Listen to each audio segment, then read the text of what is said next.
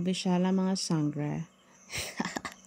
Okay, so for today's video guys, so akon kamo pakitaon sang amon dagat dere nga tungod ilahining pangan nga tungod ni Binong. So kani siya dere nga dagat. Actually kami located kami diri sa isla sa ako diri sa Bantayan Island, located kami sa tunga-tunga sa dagat, tag tunga-tunga sa bukid. But among bukid diri is dili siya totally bukid jud, bali slight lang siya nga bukid. Bali dili siya bukid jud nga bukid, so slight lang siya nga bukid. So mao na siya, so ari kami diri sa kanang murag siya naa siya sa tunga-tunga or gitawag nila nga ubos. So if adto kami dito sa dagat, dool ra siya ang datingan.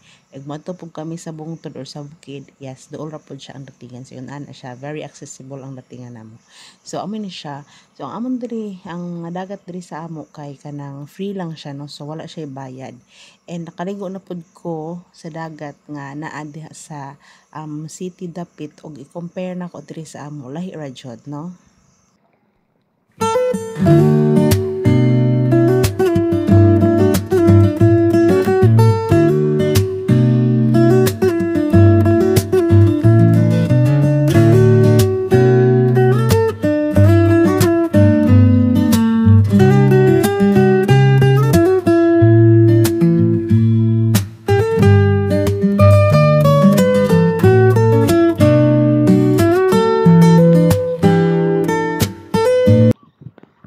Kana diha ma-question mo, mao ni nakanindot nga di sa kanang nakakabitaw sa kanang probinsya no, or naka sa mga isla-isla and all, kay ngun ani ang datingan sa imong mga environment. So if dili ka ganahan nga kanang ganahan ka magmuni-muni, kanang bitaw ka ganahan ka mag-inusara ka, ganahan ra ka makapag istorya sa mga mga fishta diha nga galangoy-langoy diha sa dagat, very kanang dili siya magasto, so very affordable ra jud siya kay wala man siya bayad no sa nga datingan. So ang naay sa ang Bantayan Island, naa man siya tulo ka municipality no. So we have Santa Fe, Bantayan, and ang Madridejos.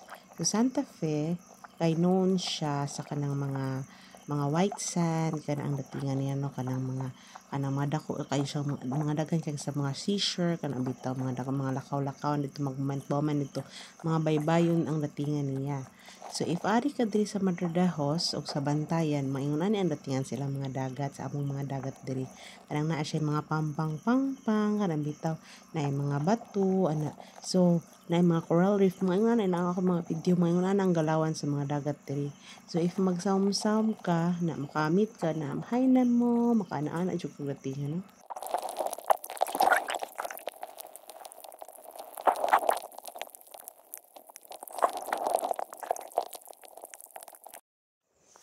Kana jud siya sa una, nagpuyo ko sa city no, mao jud ako mga sounds ako ang mga music na kana bitong sa YouTube ako jud din na search kanang sound of the waves, sound of the thunders, kung yung mga datingan no, because ma-miss jud na ako kay very nice kay mga datingan maingon ani no.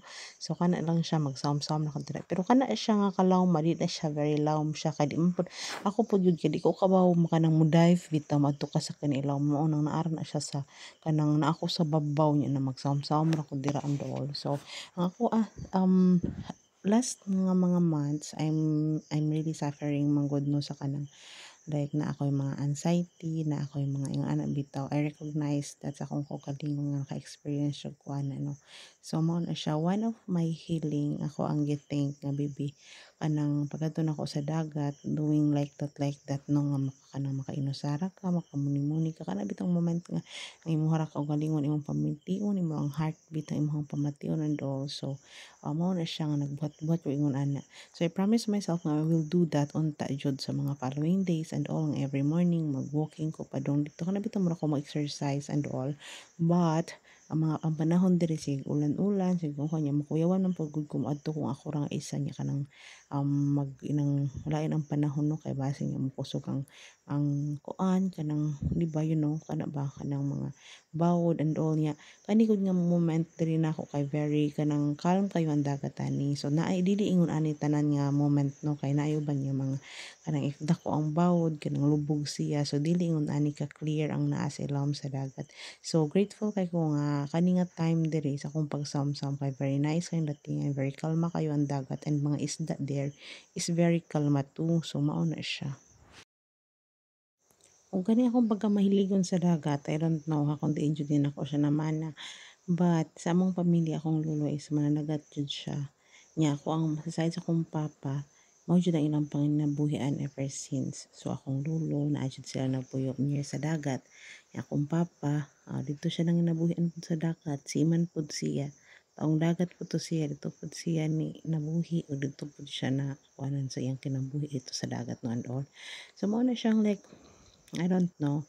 Murag feel na ako ang tagapangalaga ng tubig.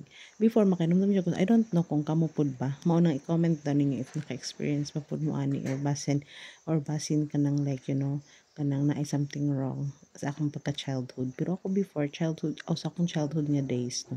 Kuan ko like mag-imagine ko nga kanang sirena ko and all kana bitong datingan nimo kanang murag kong basin dili jud ko taga kaharian ng lupa adto di ako sa kaharian ng dagat.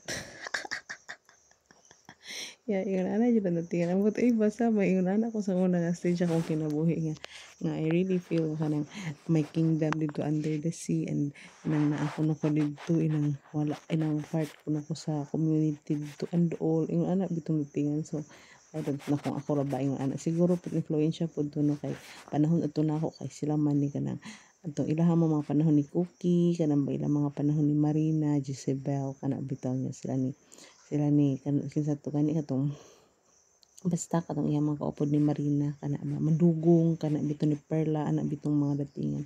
So maybe mao na siya ang mga rason sa una kay uso man kayo sa una nang naay mga kaliskis and all and everything. So yun ana siya. But parang kuan po kudagan po ko mga story nung nga kanang about sa dagat and all. Kaya I don't know if ang akong papa na muna naman to sa mga story sa una. Pero siya nga yan na ay daghang mga creature po diha sa dagat yung mga amazing kayo sila. So mao na siya. Very nice kayong among dagat no. Actually no, pagligo na akong dira po to si Veronica Kuyuka. Kaya ka Veronica Kuyuka. Nais ka na siya tingog ang datingan. So, mao na siya. Diha siya na exercise siya. Nag-vocal exercise siya. I don't know ha kung ano na nakatinuod niya if magkanta-kanta ka diha sa dagat and all. Manindot ang imong tingog and all. So, maybe it is true kay manindot man po dyan silang tingog. Pero akong po siyang gitar yan, murag dili siya effective sa akong. Depende po dyan siguro sa tao ngayon na ano nga. Nadyan siya tingog ganindot and all. Kay ako ang paggugutan na exercise ko diha no pero feel na ko dili siya effective. But yeah, look at the calmness sa kanang palibot and everything.